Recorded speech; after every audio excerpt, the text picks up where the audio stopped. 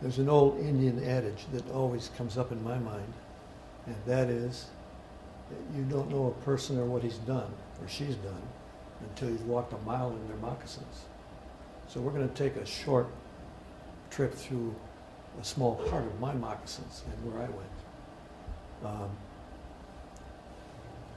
And by the way, if you have a question, just nail me right away and ask it. Don't wait till the end.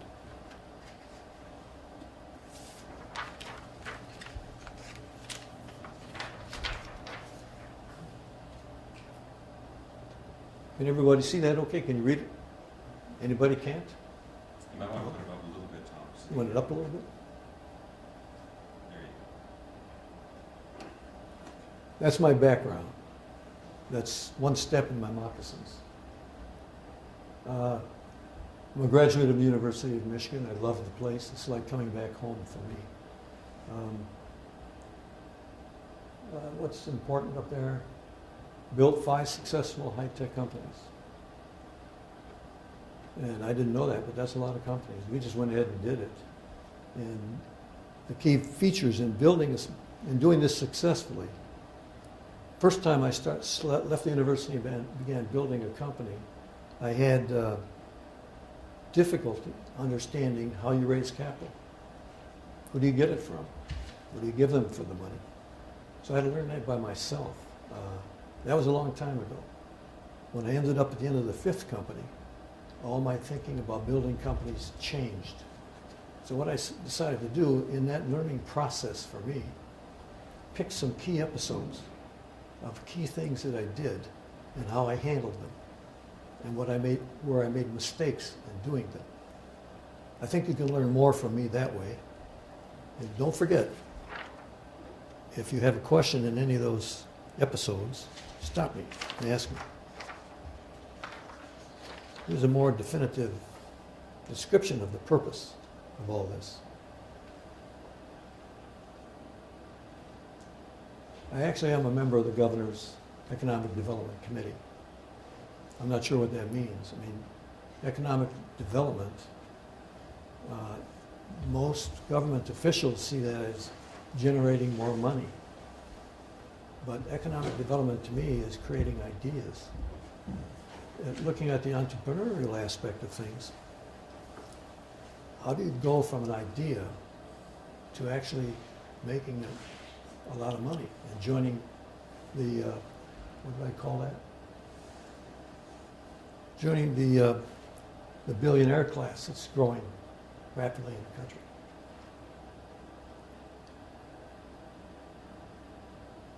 Let's see. The 2 key people in my process of building companies are Judy Bondi. Judy, would you stand up? VP of Marketing and Sales. That's an important area of building a company. And Scott Purdon at the bottom, you probably would recognize his contribution. He is managing the 5th company that I helped build, and Judy helped build. And his work is all on the internet, looking at data on the internet, massive amounts of data, storing the data, analyzing the data, and data streaming that information back to large companies and selling that service. Their sales are around 20 million a year now, their revenue. And their growth rate is about 50% per year. And there are people looking at them, large companies, and possibly buying them for $100 million.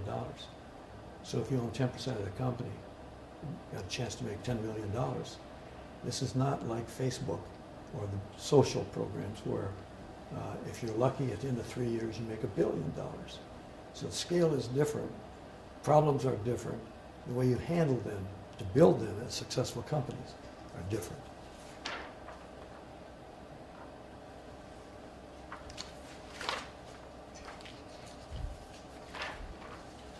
At the end of my 4th company, actually 3rd company, I put together a team that works with me in helping other companies occasionally. Now, we don't charge them an arm and a leg or anything like that. Usually they knock on the front door and come in and say, I don't know how to do this, raise capital or whatever.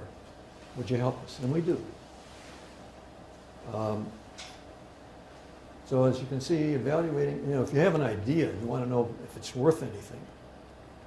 or it's what the problems might exist in trying to promote that idea, talk to somebody who's walked a mile in those moccasins.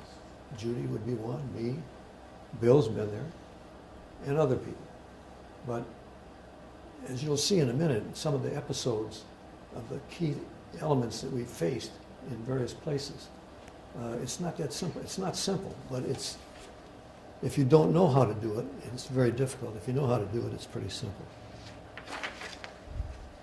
Now, here are the episodes that I've listed that were important in my work in building high-tech companies. Can everybody see that? Creating the board of directors. What do you? Can you slide it up just a little Oh, bit? okay. If you to the Thank top, you. Is that okay? higher. A little bit bottom? Perfect.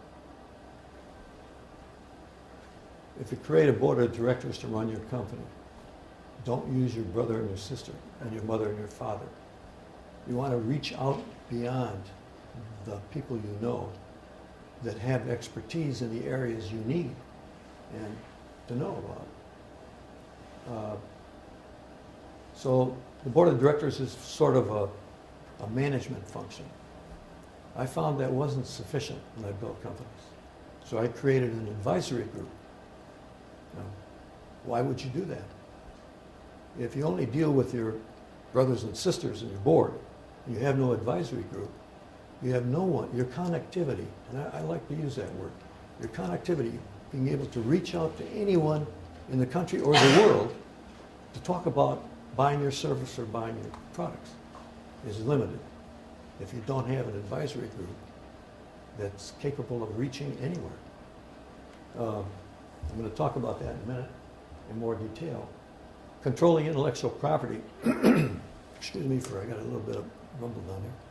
Controlling your intellectual property is important. Facebook is a good example of how you can do that wrong. Remember at Facebook, they were going through a public offering for their stock, and up pops this guy at MIT and says, wait a minute, I was one of the creators of the technology. Why don't you have me involved in the equity position in the company, the stock position? They started a lawsuit, he did, and the poor guy only got $1 billion paid off to stay out of the way and let them build the company. So had they patented the technology that they wanted to use, and had they made sure that anybody that talked to them after that had to sign a non-disclosure agreement, an NDA, and done all of that legally, they wouldn't have had that problem. What that tells you is, if you've got a good idea, submit a patent application right away, as soon as you can. I shouldn't say right away, but flesh out your idea, get it all settled in your mind, and then go after a patent. Once you have submitted your patent application, also have your lawyer prepare an NDA, a non-disclosure agreement. So people you're going to talk to about your idea, as you're forming it, thinking about your business, they sign the NDA that says they have no right to your technology. So that's a very important factor, and I think Facebook is a good example of why. The third one down there, it fascinates me looking back at those moments, and I'm going to talk about two of them. How do you handle them? There's one meeting I was at that was set up by Ed David, who was science advisor to the President of the United States. Ed was one of my advisory group members. And I picked up the phone, I called Ed, and I said, I'd like to talk to somebody at an executive level at Eli Lilly, because we have a tremendous capability that came out of the military research for analyzing huge databases and extracting valuable information from them. Ed David said, oh yeah, I can do that. So he picked out a vice president at Eli Lilly, called him up and said, Tom's got this great idea, it's solved a lot of your problems, and you should let him come in and talk to one of your key people. So he did that. And I'm going to tell you what happened in a few minutes when I get to that point. But connectivity is key. If your mind is not able to understand that concept, you're going to have a problem. One of the other guys I have on my advisory committee was Bill Webster. He was a judge in California. He was former head of the FBI, and he was head of the CIA, and he retired. He's now retired in California. He was a lawyer, the most honest, powerful man, those two words together, I've ever met. I guess that's why he was a good judge, but I remember thinking about doing some work in China. And so I asked him, do you know anybody in China I can talk to that has enough power so if we agree to something, it can happen quickly? He said, yes, I know two of the members of the ruling class in China. And I said, is it possible for you to set up a meeting for me if I go to China? He said, yes. I don't know if I'm going to talk about what happened then, but I have a number of other episodes we're going to do. So connectivity. How was my connectivity? If I was able to do that, a guy here in Ann Arbor, nobody in the world knew about me except the advisory board people, my mother, father, and my sisters, and the people that I hired in the company. You have to view connectivity as one of the most important growth concepts in your company. The other thing that concept does is you can talk to anybody. I talked to the president of Merck through Ed David and passed some ideas by him. So now I'm talking to the marketplace at the executive level where decisions are made. So I don't want to build a square box as a product if everybody wants a round one. It's that type of thing. Connectivity goes into marketing, evaluating the concept, figuring out what to do with your product. If you live in a vacuum, you're going to have real trouble. I had a friend when I was here years ago who built a laser concept for some application. I don't remember what it was anymore, but it was the size of a refrigerator. And it was very expensive. And he was very excited about it, and so was I. I didn't know any better at that time. That was before I built my first company. What he found out later is nobody wanted something the size of a refrigerator. And nobody liked the idea of the technical idea of his concept. He spent $1 million before he found that out.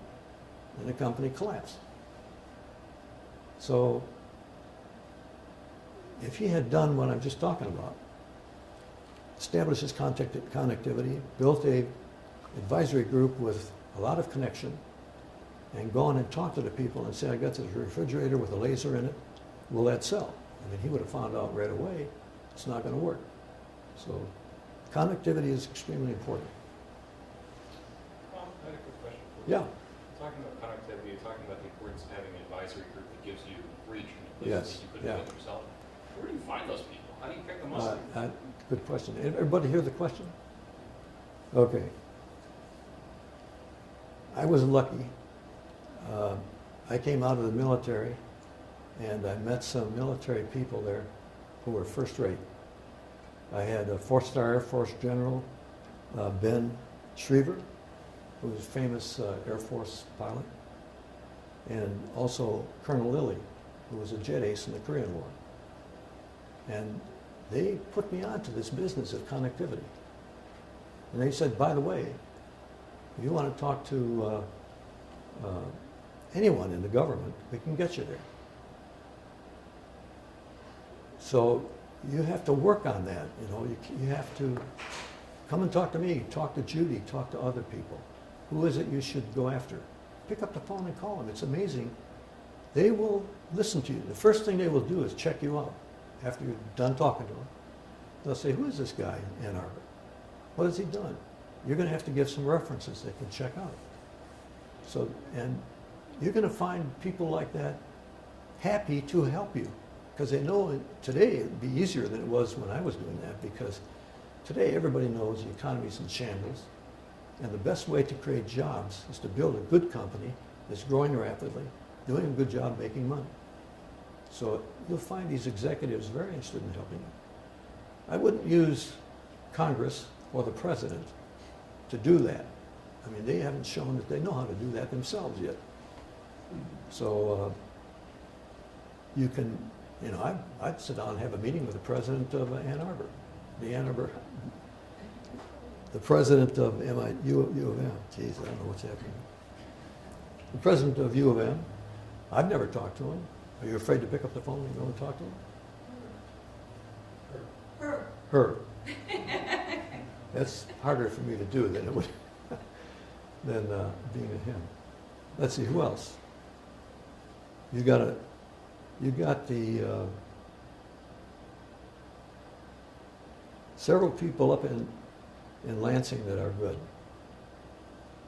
A couple of them have been in venture capital companies, and I hate venture capital companies. But I don't mind talking to a guy who runs a venture capital company. So, sit down and talk to me and Judy, and I'm sure we can give you a list of people and even the phone numbers you can talk to them. And if we knew you well enough, we would probably recommend to the person that they come in and take a look at you and listen to what you have to say. Actually, you would have to visit them. They will not come and visit you. Does that help you a little bit? Sure. Okay.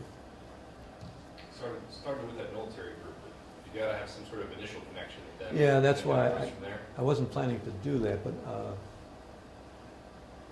here's a way. In the second company I built, I was making a presentation at DeKalb Agro Sciences to their executive group. They had some of their investors, their shareholders, and the senior executive team in that organization. And in it was Ed David. And he came up to me after the meeting was over and said, "Tom, I really enjoyed what you had to say." Except my voice was better back then, so it made a difference. But anyways, Ed said, "I'm interested. If I can help you, let me know." Gave me his card. After that, I had him involved in every decision I had to make that I thought rose to his level that would interest him. First time I met him after that DeKalb meeting, he wanted me to consult with him to a small startup company that spun out of IBM named Revio.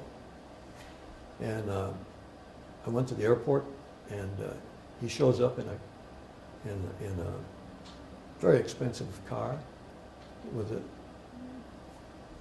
Actually, the top was down on his convertible, and his scarf was flying back. He looked like Earl Flynn coming in there. He's a very impressive guy, so I thought that's a pretty good guy. But every time I went someplace where he was with me, everyone else was submissive to him. That's a good sign. Because you're not going to get a bunch of baloney from people. They know they have to say the truth, and they know if something is done wrong, if they do something wrong, it rises to the highest level in the country. But at that time, he was just out of the advisor to the president. He also was former director at Bell Labs, and he was a VP at Nixon. So Judy knows that better than I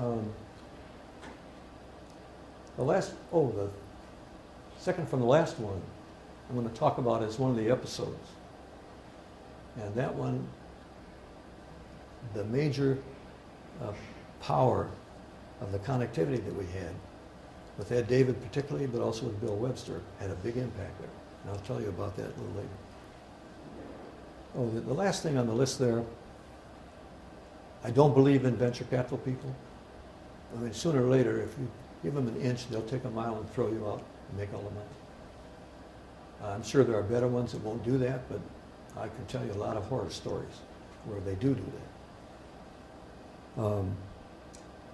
The technique we learned to use in building the companies that we had is form partnerships with multi-billion-dollar companies. Don't go to a little shop in Ann Arbor or Detroit and form a partnership for developing a product. What's the partnership for? If you have an idea that looks really good, goes back to the laser and the size of the refrigerator. You want somebody who's going to be a big buyer of your product. And so he's going to tell you, don't make anything the size of a refrigerator. He'll tell you all the constraints and requirements for what you need to sell that product out in the marketplace. You can't get more valuable information like that from anybody but someone whose butt's on the line in a billion-dollar company that wants to buy your product. You'll find two things. I'm going to talk about an episode with General Motors in a minute that was a wonderful result for us to amplify that point. Well, we built 5 companies, sold 3 of them to multi-billion-dollar companies. 2 of them are still around, but I'm on their board, and Judy gives them advice on marketing once in a while, but they're doing so well by themselves, I'm afraid to go in there and give them any advice. Episode number 1. I already talked to you about this a little bit.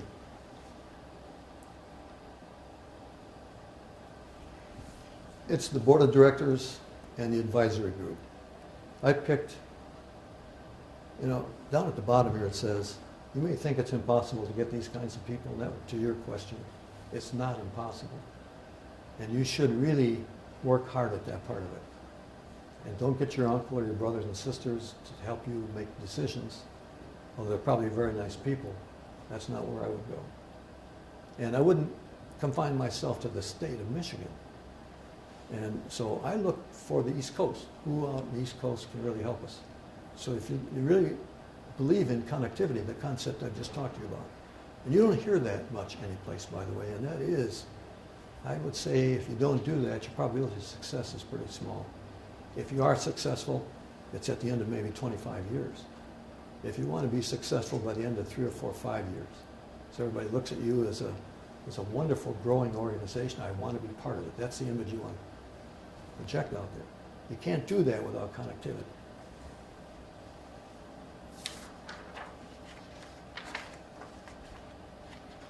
I already talked about this. Is intellectual property. Button it up and get your NDAs done by the lawyers and submit your application as quickly as you can. This is an interesting episode. I had 3 or 4 people in my company who just came out of IRM and other places. I don't know if you're familiar with IRM, Environmental Research Institute of Michigan. I don't know if it exists anymore, but did a lot of military work, and I worked in that organization for a while. But there were a team of about 15 people there who developed really astounding expertise in analyzing huge databases and extracting information quickly. They were way ahead of the time. So I called up Ed Data one time and I said, how about setting up a meeting with me and my marketing person to talk to one of the executives in your company? This is Eli Lilly. So he said, yeah, I'll do that. So he set it up and we went out to Eli Lilly. Actually, Judy joined me on that one. And we sat down. It was, I went in at the high level of IT. And he had a computer group and a software group associated to under his control. We sat down and he looked at us for about 4 minutes, 5 minutes without saying anything, but he was very, very mean, a mean guy. Then he started picking on, he says, who in the hell gave you any idea that you could come in at this level, drop down from a vice president's office? You realize what it does to my thinking? You think you can get any business from me? You must be crazy. He talked like that for 15 minutes. I didn't say anything.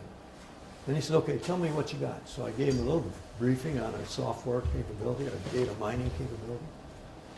And he had brought in his head of computers and head of software to listen to that. When they were all done, they had a caucus.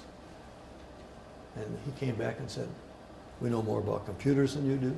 We know more about software than you do. What the hell are you doing here? What would you say if that happened while you were in there? I had just must have been some kind of strange stroke up here. It said, okay, do you have any problems that you haven't solved that are important to your company? And he was struck because he knew Ed David was the one that sent the thing down from the top. So we must think we have something. And if he throws us out and we do that kind of work for another company, he'll lose his job. I mean, that's the kind of thinking he's going to have. So he said, take this, and he goes to the whiteboard and he writes 4 problems that he has that they have not been able to solve in his computer group or software group. And he was kind of made a joke out of it, like, how can you morons solve those problems? He said, well, what do you think? I said, we can solve all 4 of those problems. He said, what? I said, yeah, we can solve all 4 of those problems. He said, I looked at your background, Tom. I know you're a pretty good scientist, but you're not a software guy. I said, no, I'm not. So he said, just a minute. So he told the computer guy and the software guy to leave. Then he walked out and came back in 10 minutes. He had a slip of paper in his hand. And he handed it to me. I looked. There was a check for $250,000 made out to my company. No contract, nothing. He said, here's what I want you to do. You come back with a prototype that solves the first item on the list, because you said you could do it. If you can do that, this is just the beginning of what you'll get from us. So that's a real challenge. I went back to the company, called a meeting with the software team, and I told them the story. And we had one guy there that was, you could never understand him because he talked so fast. And he wrote software code faster than anybody I've ever seen in the military side. I said, can you solve this problem? I explained it to him. He said, yes. I said, I need a prototype in 90 days, within 90 days. Oh yeah, I can do that, Tom. I said, don't give me a bunch of bullshit. I said, can you really do this? And he said, yes. So I called the head of IT up. I said, we can solve this problem. We'll be there in less than 90 days. And he started laughing. He said, okay, Tom, I hope you're right. He hung up. In 65 days, we went in with a prototype. They ran their software through it. And this is a huge database. This gets sort of to your point a little bit, I think, about working in drug discovery. Out of it came 2 families of compounds they didn't know about. They looked like they could produce some good drugs. They slammed secrecy over the whole program. And then we made probably $2 million from that effort. Now, what did I do wrong? You asked for more? Yeah, but how? See, $2 million is a lot of money if your sales are something like $250,000. What I did wrong was I didn't use my business side of my head. I should have said, fine, but if you find some drugs, we would like a royalty. Now, I don't know if that's even possible. Is that possible? Yeah. Any agreement is possible as long as Yeah. both sides agree to it. Okay. But that was a bad mistake on my part. I could have been collecting royalties to this day. I was told a couple of candidates came out of that work, and all I got was $2 million. So you have to think. I don't know, what word am I missing here? Think. A venture capital guy is not going to help you much. I think an experienced pro that's been down that line, like I could have used you back then. This gentleman worked with Warner Lambert. Yeah. That's one talent I didn't have on my advisory group. If I knew that was possible, I should have called him right away. He would have wanted a piece of it, but that would be all right with me. So here's an episode. I made a mistake, but I was very clever in my answer to his question, what the hell are you doing here? I put him on the spot. But you got to be very nice, and you can't, argue with him. I wasn't going to argue with him that we are not good enough to do that. If I did that, I'd get beat all to hell because we're a little company. Our accomplishments in the industry in this area are very small. Any questions on this? So in your case, so it went both ways, right? You put him on the spot, Yeah. but he put you on the spot. Yeah, but I love the You had spot to you turn put me around on. and come back. Because what's my downside? Yeah. Yeah. I spend the $250 and I go on to the next one. I hate the thought of that, but I mean, that's sort of an answer to your point. The important thing was we made that guy a hero in Yes. his organization Yeah. because he not only had given us $250,000, he gave, I think, IBM $250,000 to solve one of those problems and a number of other companies that didn't come through. software that Yeah. brought from the new compounds. Yeah, I have So another this one with guy IBM. Yeah, that's, Was looking really good, yeah. so, He did look good at that time, that's right. right. Another episode. This is a good one, it's an IBM one. And maybe there's too much stuff on here. Can you see everything? Is that okay? On the back? Okay. This is going to show you the value of connectivity. The president of the Federal Systems Division of IBM got a contract for $350 million. Today's money, it would be about $700,000, $700 million. From Wright-Patterson Air Force Base. And the reason he got it was the research department had just developed a new computer that was programmable. I don't know, this is way back before any of you were born probably. But the research department within IBM couldn't solve the problem. What the contract involved was building a lights-out factory for the Air Force that could stuff circuit boards using robots with machine vision. It's a lights-out factory. Now, nobody had a robot with machine vision that worked in those days. There was some experimental work going on, and we were doing some experimental work in my company. So the president of the Federal Systems Division thought, well, geez, Ed David should know who could solve that problem because he dealt with everybody in the country when he was advisor to the president. So the president from the Federal Systems Division calls Ed David, and he said, oh, I know who could solve that. He said, who? He said, Tom Limperis has got this little company in Ann Arbor. And I'm sure Tom could solve that problem with his people. He's got a very good group. Connectivity. There's probably 10,000 places he could have gone to try to get it done. So he called me up, says, can you do this? Ed says, you guys are really good. I said, well, send us a spec as quickly as you can, and I'll call you back to see if we can do it. So he did.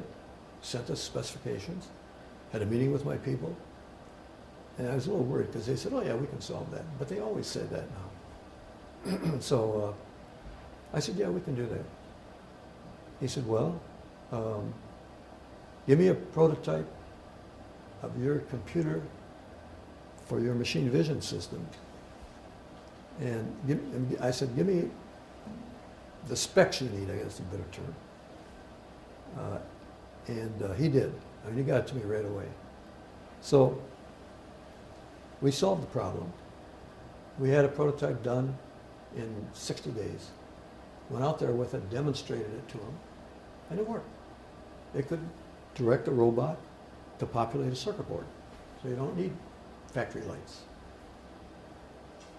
This really amazed him. He was way behind delivery schedule to Wright-Pat. He said, can you build 3 units according to our specifications quickly? I said, well, I'm not sure how quickly because we haven't done this kind of manufacturing yet. Oh, he says, we'll take care of that. So he sent 4 people out to our place. All of them were manufacturing managers. And they had an instruction manual. See, we had to build the whole machine with the boxes and everything and ship them to Wright-Pat. This is what he told me on the phone. They had about 100 pages of descriptions of the blue that goes into IBM and of the size of the I and the B and the M and the shapes, the specs on just the lettering on the cases that we had to put to ship to Wright-Pat. Was awesome. And they sent 3 or 4 guys all together. And at that time, the head of manufacturing was Judy's husband. He was a perfect choice for that because he is so particular about everything. I mean, he wouldn't let anything go by. I mean, and the guys that came out loved him because they knew he was that way. He's an IBM guy. That's the way they looked at it. So we built all their units, painted them just the way they had to be painted, checked them all, shipped them to Wright-Pat. So about 6 months later, the president of Federal Systems secretary calls me up and says, you need to get here right away. The executive team wants to talk to you. And I thought, oh no, so our stuff didn't work. So I got on a plane, flew out there, walked into his secretary's office just before the big president's office. She says, you better go in there right now. I opened the door and they're drinking champagne, there are balloons everywhere. They said, you know, all of those products are accepted, they work fine. You're a hero. What did I do wrong? Well, you don't know what I did wrong there. I didn't use them. I didn't put the Federal Systems Division guy on my advisory team. Should have done it. You always think growth, growth, growth. And I made a mistake there. But we made a lot of money on that.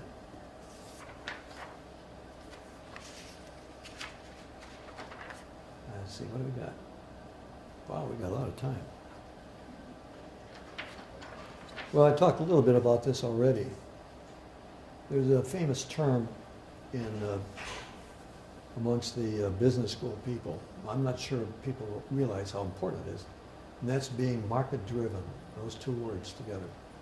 Anytime you're working on products, hardware, stuff you're building and shipping, or software, it should always be market-driven. You never get enough marketing information, even though you think you've got everything. And you can finish completing your product and shipping it. You don't. So your marketing and sales team has to be top-notch. That brings me to the next point that I find very critical. There is a period, you go through a transformation when you're building a company, where the salesperson is maybe the president or vice president of marketing and sales. And they're going to all the trade shows, talking to all the customers, trying to get as many orders as they can. In a company that's mature, and that we're going to talk about a little bit, you don't do it that way. You don't have out of your office the head of marketing and sales doing all the sales activities. You really spread it out. You might have a sales office in New York, a sales office in California, someplace, maybe 10 of them around the country, depending upon where your customers are. So when you amplify your selling size to the level of going out and using people in sales offices, you're in a different ballgame altogether. First you have to hire the people that do the selling in the office. And I think the success rate of finding someone that can do it is probably maybe 50%. So human resources, selecting the person, very key aspect of it. And if you don't have the capability, you don't know what to do first. I don't know where you would find an advisor for that. Maybe from one of the big companies where people procure large scales of products. That might work. Where a lot of companies make a mistake and lose millions and millions of dollars is they raise millions of dollars, spread their stuff out by having sales organizations that are distributed, and it doesn't work for some reason. Your burn rate is huge. If your sales don't reach your objectives, you're really teetering on total chaos. If I were in your shoes and I was building a company today, that inflection point is key to determine. You need some good people that have been down that path that help you do that, make that decision. That's, I consider startup companies to be phase one. Phase two would be expansion of sales. And a lot of people don't make it to phase two. For that reason, they haven't done it right. One of the things that's important when you have distributed sales is the people that are out there selling in their sales offices have to not only be trying to sell the product, but feeding back to you important information about what changes you might have to make in that product. And I see that as being a failure point in many companies that I know about. Any questions on that? Yeah, Tom, do you have in mind any sort of dollar figure for what your idea would have to be worth as far as gross sales to interest a large company? Like if you're like your phase one company, you're going out there, you got all the vigor because it's your idea, it's great. What do you think is a good rule of thumb? I got just a chart for you for that. Okay. This is General Motors. We were a teeny company. Teeny, I mean, our sales were $250,000 a year. Just started in machine vision, attached to robots. And Bob Eaton was head of the tech center. I don't know if you might remember him. Bob called me up and said, I understand you're playing around with machine vision. I said, yes. He said, how about coming out to the tech center and making a presentation? I said, okay. So I went out there, made a presentation. And about 8 months later, I got a call from Bob Eaton. He said, you know, we decided, GM has decided, we have to buy equity positions in 2 companies that are the best in the world for building machine vision equipment. And I know you're very small, but Tom, do you think you could handle that? I said, yeah, we could do that. He said, well, I'm going to send one of my guys out to talk to you about the business side of that. So he did. And the guy said, Bob Eaton has decided to make an $8 million investment in your company. He said, now our rules are that you have to, how am I going to put that? That we have to own 49% of your company at least. We will put a vice president of GM on your board, but he will be instructed not to criticize anything the board says, not to give any advice to the board, just sit there and take notes. How does that sound? I said, it sounds good. Bill's shaking his head. So here's what I did. I called a meeting of the board and I explained it to him. Well, who doesn't want to get $8 million invested in your company? Nobody liked the idea of giving up 49%. Is that what's getting to you? No, not getting the benefit of the fellow's input to critique the discussion. Yeah. He's sitting there like a lump. What good is he? Well, let me go through the rest of it. Fine. Here's the comment the board, now this board is General Schriever, Bill Lilly, this was George Kiris, and here was the answer. We're thinking about having an IPO. Giving up 49% of the company might rule you out of the IPO class when you're dealing through the New York public offerings. Why don't you go and talk to somebody in Wall Street and ask them what they would advise? So I did.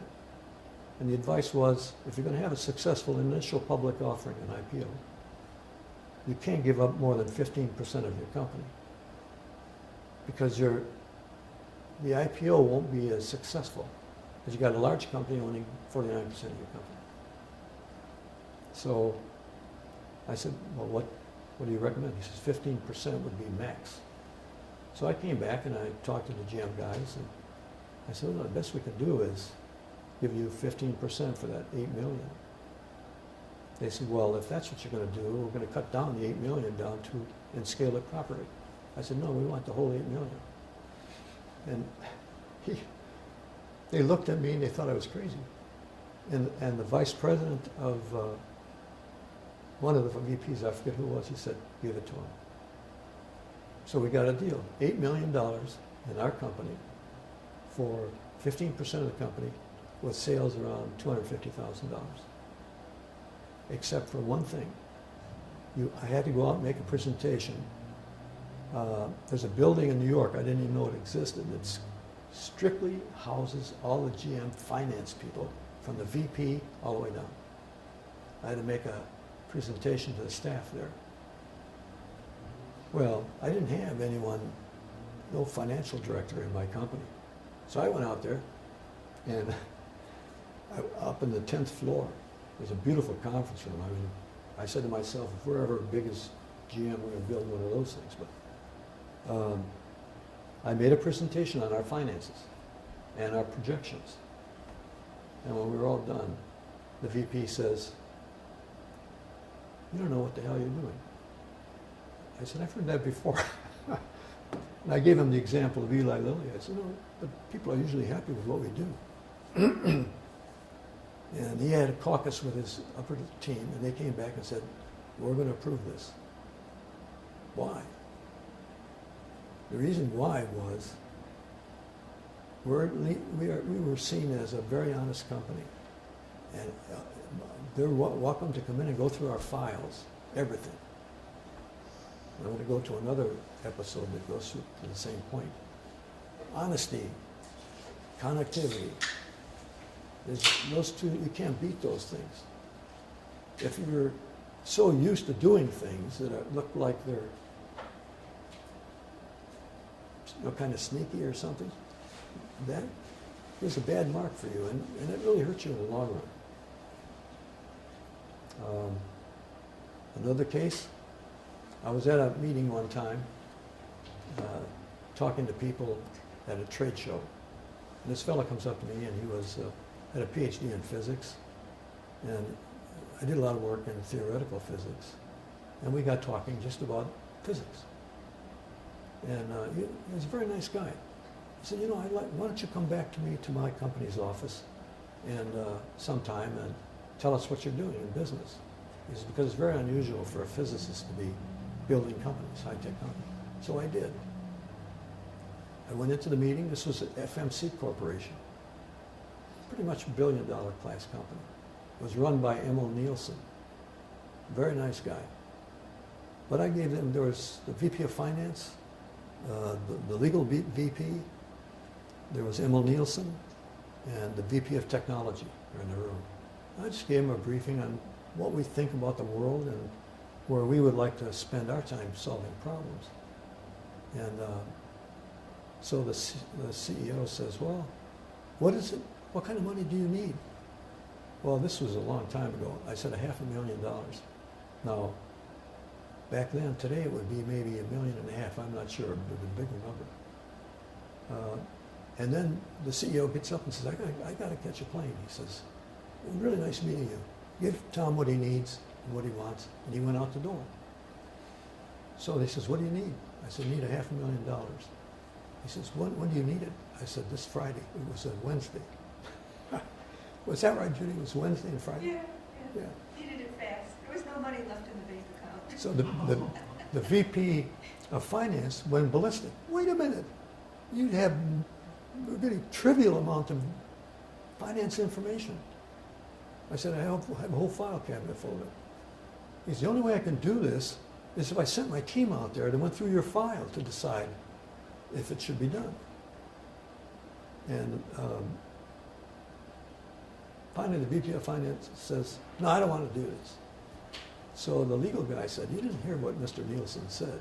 Give Tom what he wants. He said, yeah, but look what he's asking for. He said, give Tom what he wants. And they did. They came out in Judy's office, went through the files. What, do you have 3 people there? Yeah, 3 people. One guy had an ulcer. All he just wanted to eat was bananas and milk. They were there for 3 days. And he wrote a check for $500,000. $500,000. Yeah.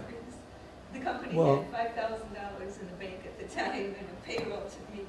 One of the key pluses on our side was our advisory group and our board. If all my brothers and sisters were on the board and nobody else, they never would have done that. We had Ben Schriever, a 4-star Air Force general, Colonel Lilly, et cetera, et cetera. So that goes to connectivity. All those things in place work. Anyways, that's all I have to say.